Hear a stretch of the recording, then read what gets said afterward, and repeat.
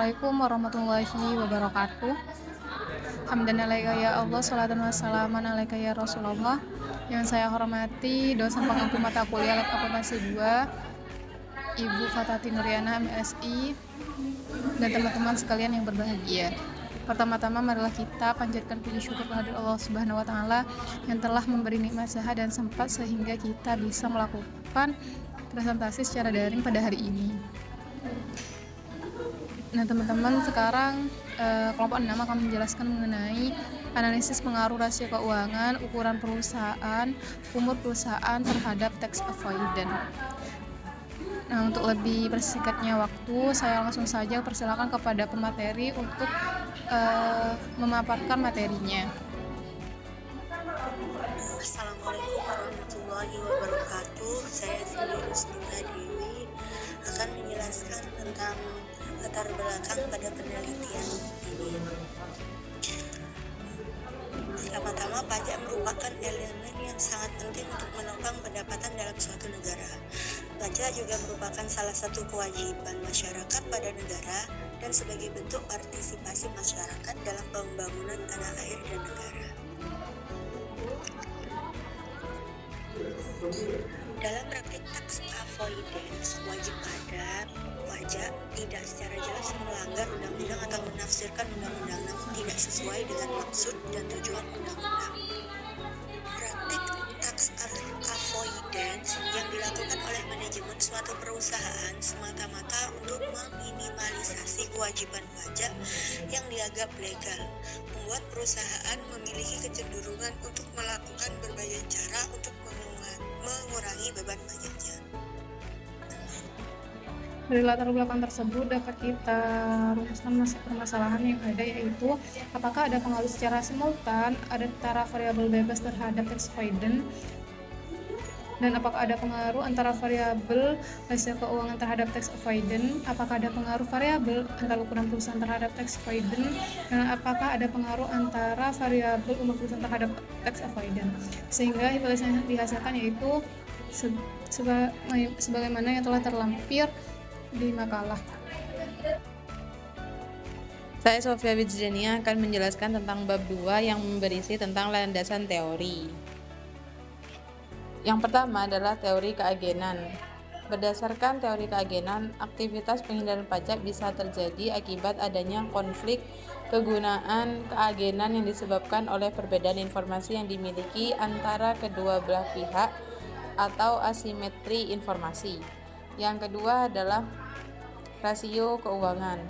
Rasio keuangan adalah membandingkan angka-angka yang ada dalam laporan keuangan untuk mengetahui posisi keuangan suatu perusahaan serta menilai kinerja manajemen dalam suatu periode tertentu.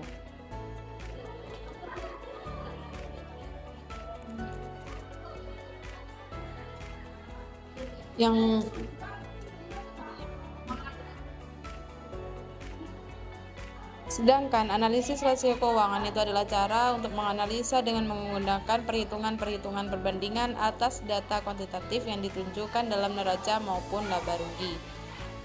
Menurut Fahmi, analisis rasio keuangan itu adalah instrumen analisis prestasi dari perusahaan yang menjelaskan berbagai hubungan dan indikator keuangan ditunjukkan untuk menunjukkan perubahan kondisi perubahan tersebut. Semakin tinggi laba suatu perusahaan, maka semakin tinggi nilai ROA. Ini menunjukkan bahwa profitabilitas perusahaan itu akan semakin tinggi. Tax planning bertujuan untuk mengelola pengeluaran pajak perusahaan agar beban pajak yang ditanggung rendah. Perusahaan dapat menurunkan pajaknya secara legal dengan rumus ROA, yaitu return on asset sama dengan laba bersih per total aset. Yang ketiga adalah ukuran perusahaan. Besar kecilnya perusahaan itu bisa dilihat dari nilai equity, nilai penjualan, atau nilai aktiva. Ukuran perusahaan adalah salah satu skala yang dapat mengklasifikasikan perusahaan dengan berbagai cara, yaitu total aset, jumlah penjualan, jumlah tenaga kerja, dan lain-lain. Ukuran perusahaan bisa dihitung dengan ukuran perusahaan sama dengan LN dikalikan total aset. Yang ketiga adalah umur perusahaan. Menurut Rianti, umur perusahaan itu adalah lamanya perusahaan berdiri berkembang dalam dunia bisnis. Perusahaan sudah terdaftar di BEI akan mempublikasikan laporan keuangan secara terbuka kepada publik, sehingga perusahaan yang sudah lama akan mempunyai pengalaman dalam melakukan penghindaran pajak. Tax evidence. Menurut Mortensen, penghindaran pajak berkenaan dengan pengaturan sesuatu peristiwa sedemikian rupa untuk meminimkan atau menghilangkan beban pajak dengan memperhatikan ada atau tidaknya akibat pajak yang akan ditimbulkan. Sekian dari saya, terima kasih.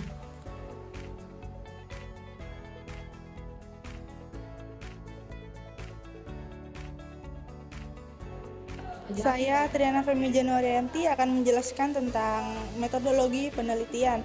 Yang pertama, jenis dan pendekatan. Sumber data yang digunakan dalam penelitian ini berupa data sekunder, di mana data sekunder di sini yaitu berupa laporan keuangan tahunan perusahaan manufaktur pada tahun 2021 sampai 2023 yang telah go public dan terdaftar di Bursa Efek Indonesia dan dapat diakses melalui web resmi masing-masing perusahaan dan web Bursa Efek Indonesia. Dalam penelitian ini, peneliti berperan sebagai perencana, pelaksana, pengumpul data, menganalisis sekaligus melaporkan hasil penelitian yang ada. Yang kedua, populasi dan sampel. Yang pertama, populasi. Populasi dalam penelitian ini yaitu perusahaan manufaktur yang terdaftar di situs resmi Bursa Efek Indonesia dalam kurun waktu 2021 sampai 2023. Yang kedua, sampel. Adapun kriteria sampel dalam penelitian ini yaitu yang pertama, perusahaan manufaktur yang terdaftar di BEI sebelum tanggal 1 Januari 2020 dan tidak delisting di Bursa Efek Indonesia selama periode 2021 sampai 2023. Yang kedua, perusahaan manufaktur yang mempublikasikan laporan keuangan yang telah diaudit selama periode penelitian secara berturut-turut dan dinyatakan dalam mata uang rupiah. Dan yang terakhir, perusahaan manufaktur yang tidak mengalami delisting selama periode 2021 sampai 2022. Yang ketiga, tahapan analisis. Metode yang digunakan dalam penelitian ini berupa analisa kuantitatif yang menganalisisnya menggunakan analisis regresi linear berganda. Adapun analisis kuantitatif yang digunakan dalam penelitian ini yaitu yang pertama, statistik deskriptif. Yang kedua, uji asumsi klasik. Uji asumsi klasik terdiri dari yang pertama, uji normalitas, yang kedua, uji multikolinearitas, dan yang ketiga, uji heteroskedastisitas, yang keempat, uji autokorelasi. Yang C, analisis regresi linear berganda. Yaitu yang pertama ada uji hipotesis. Uji hipotesis ini ada beberapa, yaitu yang pertama uji hipotesis secara parsial menggunakan uji T. Yang kedua uji hipotesis secara parsial menggunakan uji F. Yang kedua koefisien determinasi. Cukup sekian dari saya, kurang lebihnya mohon maaf. Wassalamualaikum warahmatullahi wabarakatuh. Saya Selandari selaku pemateri keempat akan menjelaskan mengenai analisis data dan pembahasan, di mana sesuai yang telah dijelaskan oleh pemateri sebelumnya bahwa dalam metode penelitian ini kita gunakan analisis regresi linear berganda, di mana sebelum kita lanjut ke regresi linear berganda di sini kita melakukan analisis deskriptif, di mana analisis ini bertujuan untuk memberikan gambaran umum atas variabel-variabel independen yang diuji dalam penelitian ini. Berdasarkan hasil uji deskriptif dapat kita lihat pada tabel 2 bahwa diketahui nilai min dari rasio keuangan yaitu sebesar 0,1283 dan standar deviasinya yaitu 0,023. Maaf, ini ada kekeliruan.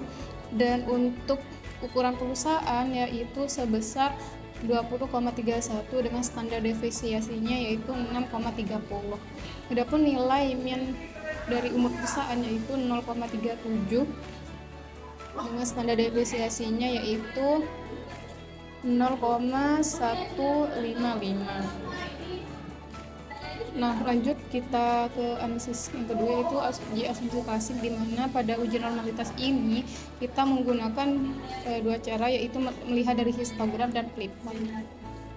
Sebagaimana yang pada gambar yang kedua ini, bahwa nilainya gambarnya itu melengkung, jadi dapat kita simpulkan bahwa data ini berasumsi normalitasnya terpenuhi. Dan yang kedua yaitu uji multikolinearitas. Sebagaimana pada tabel tersebut bahwa diketahui nilai FIF-nya dari 3 variabel tersebut yaitu lebih dari 0,1. Sehingga dapat disimpulkan bahwa tidak terjadi gejala multiko. Dan yang ketiga, uji heteroskedastisitas, di mana pada gambar ini persebaran datanya itu mencar gak satu, jadi tidak ada gejala heteros. Begitu pula pada uji autokorelasi, dapat disimpulkan tidak terjadi auto. Dan selanjutnya itu uji F atau simultan, di mana dapat kita simpulkan bahwa 3 variabel tersebut secara simultan tidak berpengaruh terhadap tax avoidance. Begitu pula pada uji parsial, di mana dapat kita simpulkan bahwa signaling dari masing-masing variabel itu lebih dari 0,05. Jadi dapat disimpulkan bahwa setiap variabel bebas yang kita gunakan itu tidak berpengaruh terhadap tax avoidance. Sehingga dari hasil pembahasan tersebut dapat kita simpulkan bahwa variabel yang kita gunakan, yaitu rasio keuangan, ukuran perusahaan, serta umur perusahaan itu tidak mempengaruhi tax avoidance. Hal ini disebabkan seperti misalnya rasio keuangan menunjukkan bahwa tidak selalu profitabilitas itu mempengaruhi tax avoidance. Sekian dari saya. Wassalamualaikum warahmatullahi wabarakatuh. Saya Siti Munmainah sebagai pemateri terakhir akan menjelaskan kesimpulan dari judul tersebut, yaitu meskipun rasio keuangan dapat memberikan gambaran tentang kinerja keuangan perusahaan, namun tidak selalu berpengaruh secara langsung terhadap praktik penghindaran pajak. Faktor-faktor lain seperti struktur perusahaan dan regulasi pajak juga dapat mempengaruhi keputusan perusahaan dalam hal perpajakan. Ukuran perusahaan juga tidak selalu berpengaruh dalam memainkan peran dalam praktik penghindaran pajak. Perusahaan yang lebih besar tentunya memperhatikan hal-hal yang dapat mempengaruhi citra perusahaan. Begitu pula umur perusahaan yang juga tidak dapat selalu mempengaruhi praktik penghindaran pajak. Perusahaan yang lebih tua mungkin memiliki pengetahuan yang lebih luas. Mungkin hanya itu saja penjelasan dari kelompok kami, kurang lebihnya mohon maaf. Assalamualaikum warahmatullahi wabarakatuh.